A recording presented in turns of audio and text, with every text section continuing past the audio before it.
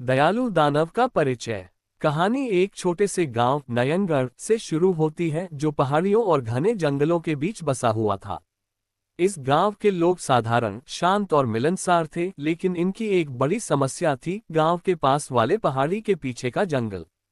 इस जंगल में कभी भी कोई इंसान नहीं जाता था, क्योंकि कहते थे कि वहां एक दानव रहता है। गांव के बड़े बुजुर्गों की मान्यता थी कि वह दानव बेहद खतरनाक और निर्दयी था। उसकी बड़ी बड़ी आंखें, विशाल कद और तेज पंजे थे। गांव में कोई भी व्यक्ति रात के समय जंगल की ओर नहीं जाता था, क्योंकि डर था कि वह दानव उन्हें देख लेगा और खा जाएगा। लेकिन एक दिलचस्प बात यह थी कि वह दानव कभी खुद गांव में आकर किसी को नुकसान नहीं पहुंचाता था। हेलो दोस्तों, आप जो ये भूतिया कहानी देख रहे हो, उसका हकीकत में कोई वास्ता नहीं है, और यह सिर्फ मनोरंजन के लिए ही है। कहानी का शीर्षक है दयालु दानव। एक दिन गांव के सबसे पुराने आदमी बाबा रामनारायण का पोता रघु अपनी दादी की कहानियों को सुनते हुए बड़ा हो रहा था। दादी हमेशा उस दानव के बारे में डरावनी कहानियां सुनाती थी, लेकिन रघु की जिज्ञासा इन कहानियों से कभी खत्म नहीं हुई। उसे हमेशा जानने की इच्छा होती कि आखिर वह दानव कौन है और क्यों उसे इतना डरावना बना दिया गया है। रघु का दिल थोड़ा अलग था। वह दूसरों से थोड़ा ज्यादा संवेदनशील था और उसे ऐसा लगता था कि हर कहानी के पीछे कुछ न कुछ सच्चाई छिपी होती है। उसे यह यकीन नहीं था कि वह दानव सिर्फ एक हत्यारा है।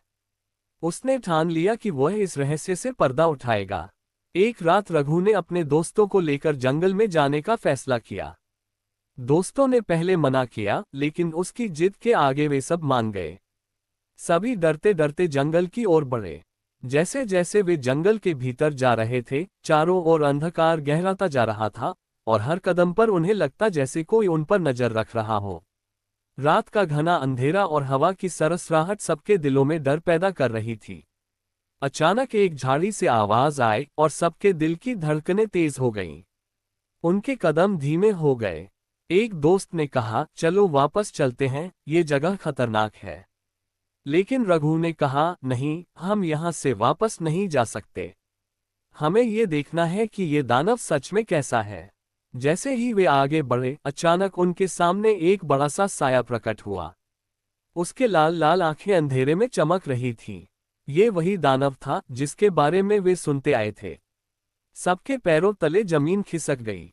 वे भागने के लिए तैयार हो गए, लेकिन रघु ने कदम पीछे नहीं हटाए। दानव ने अपनी विशाल आकृति से उनको घेर लिया, लेकिन उसने कुछ नहीं किया।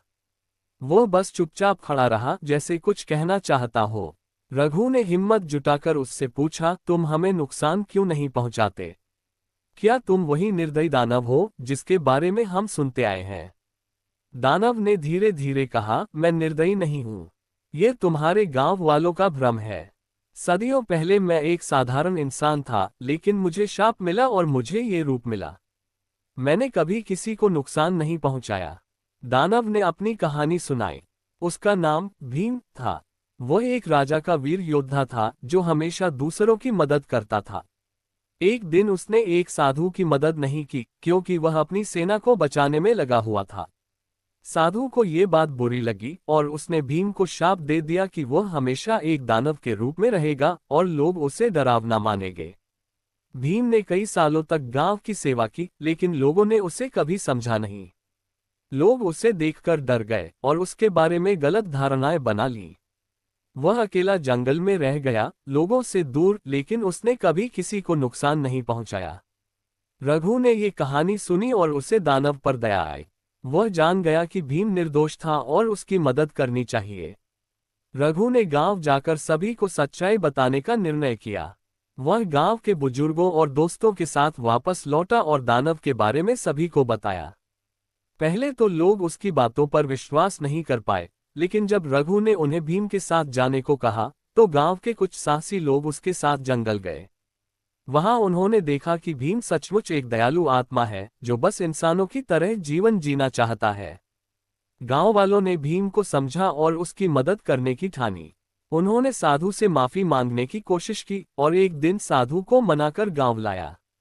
साधु ने भीम की करुणा को देखकर उसका शाप वापस ले लिया और भीम फिर से इंसान बन गया। गांव के लोग अब भीम को आदर के साथ देखते थे। वह उनके बीच एक दयालु रक्षक बनकर रहा। ये कहानी हमें सिखाती है कि कभी कभी हमारी धारणाएं गलत हो सकती हैं और हमें दूसरों के प्रति करुणा और समझदारी दिखानी चाहिए। दयालु दानव एक ऐसा प्रतीक है जो ये बताता है कि हर डरावनी चीज के पीछे भी एक इंसानियत छिपी हो सकती है। आप हमारे चैनल स्टोरी वाला को सब्सक्राइब करें और बेल आइकन जरूर दबाएं। Thanks for watching.